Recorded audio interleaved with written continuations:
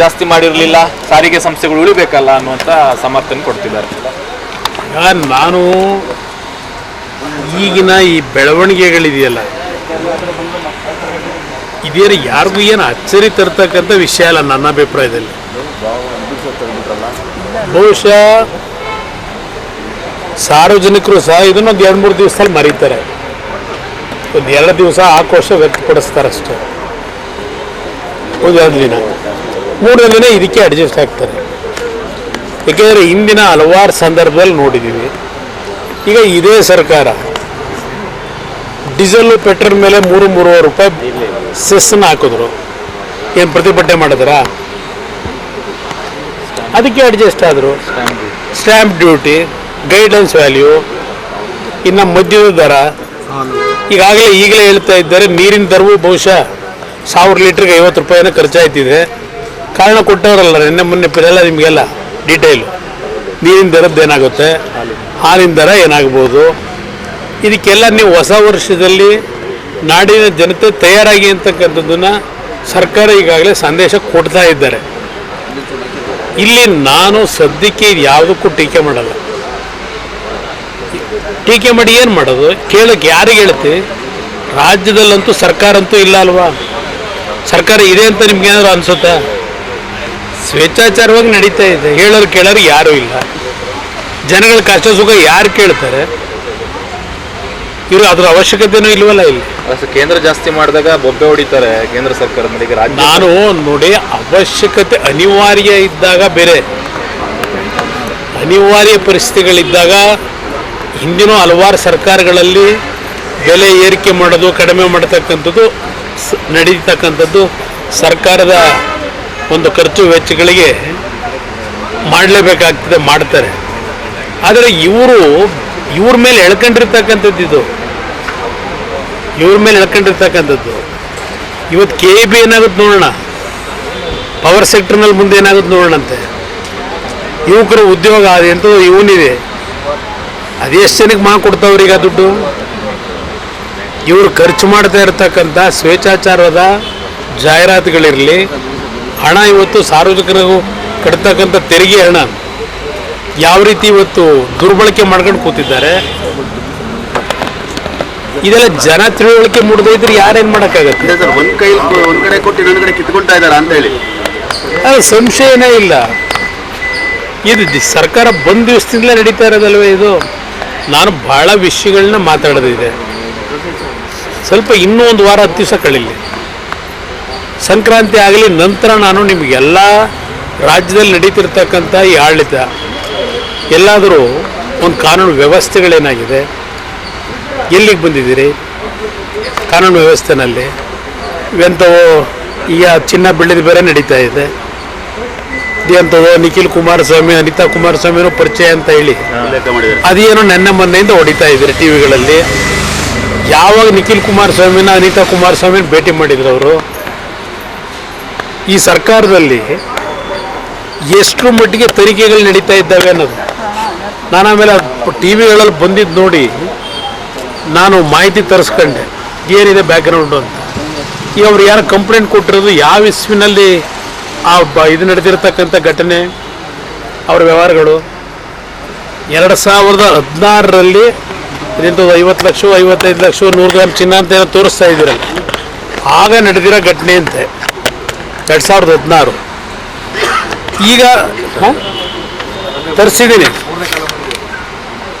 ತರಿಸ್ತಾ ಇದೇನಪ್ಪ ಇದು ಅಂತ ಹೇಳಿ. ನಿಖಿಲ್ ಕುಮಾರಸ್ವಾಮಿ, ಅನಿತಾ ಕುಮಾರಸ್ವಾಮಿ ಅವರ ಹೆಸರನ್ನ ಇದಕ್ಕೆ ಎಳೆದವರಲ್ಲ ಅಂತ ಹೇಳಿ. ಅಲ್ಲ ಸರ್, ಅವ್ರದ್ದು ಹೆಸರು ಬಂದಾಗ ಉದ್ದೇಶಪೂರ್ವಕವಾಗಿ ನಿಮ್ದು ಪ್ರಸ್ತಾಪ ಮಾಡಿಸ್ತಿದ್ದಾರ?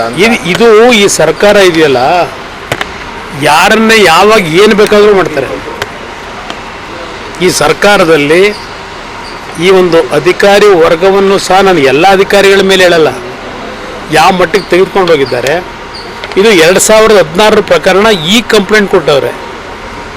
ನಾನು 2018ರಲ್ಲಿ ಮುಖ್ಯಮಂತ್ರಿ ಇದ್ದಲ್ಲ, 2016ರಲ್ಲಿ ಇವ್ರು ಕೊಟ್ಟಿದ್ರೆ ದೋಖ ಆಗಿದ್ರೆ ಬಂದು ನನ್ನ ಹತ್ರನೇ ಕಂಪ್ಲೇಂಟ್ ಕೊಡ್ಬೋದಾಗಿತ್ತಲ್ಲ. ಇವತ್ತು ಮಾಧ್ಯಮದಲ್ಲಿ ಗಮನಿಸಿದ್ದೇನೆ, ಪಾಪ ನಿಖಿಲ್ ಕುಮಾರಸ್ವಾಮಿ, ಅನಿತಾ ಕುಮಾರಸ್ವಾಮಿಗೂ ಅವ್ರ ಮುಕ್ಕಳನ್ನೇ ನೋಡಿಲ್ಲ. ಯಾಕೆ ಅವ್ರ ಪರಿಚಯ ಅಂತ ಈ ಟಿವಿಲಿ ಹೊಡಿತು, ಯಾತಿ ಕೊಡಿಸ್ತಾ ಇದ್ದೀರಿ? ಇದ್ರ ಹಿಂದೆ ಯಾರಿದ್ದಾರೆ? ನಿಖಿಲ್ ಕುಮಾರಸ್ವಾಮಿ, ಅನಿತಾ ಕುಮಾರಸ್ವಾಮಿ ಹೆಸರನ್ನ ಈ ಪ್ರಕರಣಗಳಲ್ಲಿ ಯಾಕೆ ತಂದಿದ್ದೀರಿ? ಇದೊಂದು ಸರ್ಕಾರ ಅಂತ ಕರಿತೀರಾ? ನೋಡಿದೆ ಅಲ್ಲೆಲ್ಲ ಅದು ಯಾವುದೋ ಕಲಬುರಗಿ ಚರ್ಚೆ ಮಾಡಬೇಕು ಅಂದರೆ ನಾನು ಯಾರ ಮೇಲೂ ದೋಷ ಕೊಡಲ್ಲ. ಈ ವ್ಯವಸ್ಥೆಯನ್ನು ಯಾವ ಮಟ್ಟಿಗೆ ತೆಗೆದುಕೊಂಡು ಹೋಗ್ತಾ ಇದ್ದೀರಿ? ಈ ಸರ್ಕಾರ ಬಂದ ಮೇಲೆ ಎಷ್ಟು ಆತ್ಮಹತ್ಯೆಗಳಾಯಿತು? ಯಾತಕ್ಕೆ ಈ ರೀತಿ ಆತ್ಮಹತ್ಯೆಗಳಾಗ್ತಾ ಇದ್ದಾವೆ? ಆತ್ಮಹತ್ಯೆಗಳಾದಾಗ ಡೆತ್ ನೋಟ್ಗಳಲ್ಲಿ ಏನು ಬರೆದಿದ್ದಾರೆ? ಸರ್ಕಾರದ ಪಾತ್ರಗಳ ಬಗ್ಗೆನೇ ಬರೆದಿದ್ದಾರೆ. ಅದರಲ್ಲಿ ಯಾರಿದ್ದಾರೆ ಯಾರಿಲ್ಲ ಅನ್ನೋದು ಆಮೇಲೆ ಮುಂದೋಣ. ಈಗ ಇವರು ಸರ್ಕಾರದ ಮಂತ್ರಿಗಳ ಬಗ್ಗೆ ನಿಮ್ಮ ಇಲಾಖೆಯಿಂದ ಏನು ಸತ್ಯಾಂಶ ಹೊರಗೆ ತರಲಿಕ್ಕೆ ಸಾಧ್ಯ? ನೀವು ಅಲ್ಲಿ ಅವನು ಕೂತ್ಕೊಂಡು ಯಾರೋ ರಮೇಶ್ ಗೌಡ ಅಲ್ಲೆಲ್ಲ ಊಟಕ್ಕೆ ಹೋಗಿದ್ದಂತೆ, ಅಲ್ಲಿ ಕೂತ್ಕೊಂಡ್ಬಿಟ್ಟು ಅದೆಂಥದ್ದು ಕುಮಾರಸ್ವಾಮಿ ಫೋನ್ ತೆಗೆದು ಕೊಟ್ಬಿಟ್ನಂತೆ, 50 ಕೋಟಿ ಕುಮಾರಸ್ವಾಮಿ ಕೇಳಿದ್ನಂತೆ. ಅದಕ್ಕೊಂದು ಕಂಪ್ಲೇಂಟು ಕುಮಾರಸ್ವಾಮಿ ಮೇಲೆ. ಏನಿದೆ ಅರ್ಥ ಏನಿದೆ ಈ ಸರ್ಕಾರದ್ದು? ಕುಮಾರಸ್ವಾಮಿ ಟಾರ್ಗೆಟ್ ಮಾಡಿ ಉದ್ದೇಶಪೂರ್ವಕವಾಗಿ ಎಲ್ಲಾ ಪ್ರಕರಣದಲ್ಲಿ ಕುಮಾರಸ್ವಾಮಿ ಇದು ಬಹಳ ವಿಷಯಗಳು ಚರ್ಚೆ ಮಾಡೋದಿದೆ, ಬಹಳ ವಿಷಯಗಳಿದೆ. 15ನೇ ತಾರೀಕುವರೆಗೂ ನಾನು ಈ ವಿಷಯಗಳ ಬಗ್ಗೆ ಯಾವುದನ್ನು ಚರ್ಚೆ ಮಾಡಲ್ಲ. ಸಂಕ್ರಾಂತಿ ಕಳೀಲಿ ಸರ್, ಹರೀಶ್ ಗೌಡ ಚರ್ಚೆ ಮಾಡಿ. ಆಪರೇಷನ್ ಕಮಲ ಅದು ಯಾವುದು ವರ್ಕೌಟ್ ಆಗಲ್ಲ ಬಿಡಿ. ಯಾವ ಆಪರೇಷನ್ ಕಮಲ? ಆ ಕಮಲ ಅಲ್ಲ ಪಾಪ, ಅವ್ರದ್ದೇನಿಲ್ಲ. ಇಲ್ಲಿ ಆಪರೇಷನ್ ಹಸ್ತದ್ದಾನೆ. JDS ಮುಗಿಸ್ಲೇಬೇಕು ಅಂತ ಹೇಳಿ 12 ಜನ ಕರ್ಕೊಂಬನ್ನಿ, 13 ಜನ ಕರ್ಕೊಂಬನ್ನಿ ಅಂತೇಳಿ ನಡೀತಾ ಇರೋದು ನನಗೂ ಗೊತ್ತಿದೆ. ಆದರೆ ಯಾವ ಶಾಸಕರು ಹೋಗ್ತಕ್ಕಂಥ ಪರಿಸ್ಥಿತಿಗಳಿಲ್ಲ. ಕಾಂಗ್ರೆಸ್ಸು ಇವತ್ತು ಏನೇನು ಮಾಡ್ತಾ ಇದ್ದಾರೆ ಗೊತ್ತಿದೆ. ಅವರ ಪಾಪದ ಕೊಡ ತುಂಬಿದೆ. ದೇವರೇ ಅವ್ರಿಗೆ ಶಿಕ್ಷೆ ಕೊಡ್ತಾರೆ ಅನ್ನೋದು ನನ್ನ ಅಭಿಪ್ರಾಯ. ಸಂಕ್ರಾಂತಿ ನಂತರ ರಾಜ್ಯ ರಾಜಕೀಯ ಕ್ರಾಂತಿ ಆಗುತ್ತೆ ಸರ್? ಕ್ರಾಂತಿ ವಾಂತಿ ಬಗ್ಗೆ ಹೇಳಲ್ಲ, ಈಗಾಗಲೇ ಎಲ್ಲ ನೋಡಾಗಿದೆ. ನಾನು ಇದು ಯಾವುದ್ರ ಬಗ್ಗೆನೂ ಹೇಳಲ್ಲ. ನಾನು ಕಾಂಗ್ರೆಸ್ನ ಶಾಸಕರುಗಳಿಗೆ ಮನವಿ ಮಾಡ್ತೇನೆ, ಕಾಂಗ್ರೆಸ್ ಶಾಸಕರುಗಳಿಗೆ ಮನವಿ ಮಾಡ್ತೇನೆ, ನಿಮ್ಮೆಲ್ಲರಲ್ಲಿ ಆತ್ಮಸಾಕ್ಷಿ ಅನ್ನೋದಿದ್ದರೆ ಈಗ ಹೋಗ್ತಾ ಇರತಕ್ಕಂಥ ಮಾರ್ಗ ಇದೆಯಲ್ಲ, ನೀವು ಬೆಂಬಲ ಕೊಟ್ಟಂಥ ಈ ಸರ್ಕಾರ ಯಾವ ರೀತಿ ಹೋಗ್ತಾ ಇದೆ, ಈ ನಾಡಿನ ಜನತೆಗೆ ಏನು ಮಾತು ಕೊಟ್ಟು ಬಂದ್ರಿ, ನಿಮ್ಮ ಗ್ಯಾರಂಟಿ ಕೊಡೋದು ಬೇರೆ, ಯಾರು ಬೇಕಾದ್ರೂ ಕೊಡ್ಬೋದು. ಈಗೇನು ಇಡೀ ದೇಶದಲ್ಲಿ ಕಾಂಪಿಟೇಷನ್ ನಡೀತಾ ಇಲ್ವಾ ಗ್ಯಾರಂಟಿ ಪ್ರೋಗ್ರಾಮ್ಗೆ? ಫಸ್ಟ್ ಈ ದೇಶದಲ್ಲಿ ಇಂಟ್ರೊಡ್ಯೂಸ್ ಮಾಡಿದಂಥ ಗ್ಯಾರಂಟಿ ಪ್ರೋಗ್ರಾಮ್ ಹಿಮಾಚಲ್ ಪ್ರದೇಶ ಇವತ್ತು ಏನಾಗಿದೆ ನೆನ್ನೆಯಿಂದ ನೋಡ್ತಾ ಇದ್ದೀರಿ. ಅದರಿಂದ ನಾನು ಈ ಗ್ಯಾರಂಟಿಗಳ ಬಗ್ಗೆ ಚರ್ಚೆ ಮಾಡಲ್ಲ. ಸನ್ಮಾನ್ಯ ಶಾಸಕರುಗಳಿಗೆ, ಇವನ್ ಮಂತ್ರಿಗಳಿಗೂ ನಿಮ್ಮ ಆತ್ಮಕ್ಕೆ ನೀವು ಪ್ರಶ್ನೆ ಹಾಕಲ್ರಪ್ಪ, ಏನು ನಡೀತಾ ಇದೆ, ಈ ರಾಜ್ಯ ಎಲ್ಲಿಗೆ ತಗೊಂಡು ಹೋಗ್ತಾ ಇದ್ದೀವಿ, ಇದನ್ನು ಹೇಳಬಲ್ಲೆ. ಸರ್, ಇದು ಕಾಂಗ್ರೆಸ್ ಶಾಸಕ ನಿಮ್ಮ ಶಾಸಕರನ್ನ ಟಚ್ ಮಾಡಿರೋ ಬಗ್ಗೆ ನಿಮ್ಮ ಶಾಸಕರು ನಿಮ್ಮ ಗಮನಕ್ಕೆ ತಂದಿದ್ದಾರಾ ಸರ್? ನನ್ನ ಜೊತೆ ಎಲ್ಲರೂ ಏನೇನು ನಡೀತಿದೆ ವಿಷಯಗಳನ್ನ ಪ್ರಸ್ತಾಪ ಮಾಡಿದ್ದಾರೆ. JDSಗೆ ಯಾವುದೇ ರೀತಿಯ ಶಾಕು ವೀಕು ಏನೂ ಮಾಡೋಕ್ಕಾಗಲ್ಲ. Yes sir, thank you.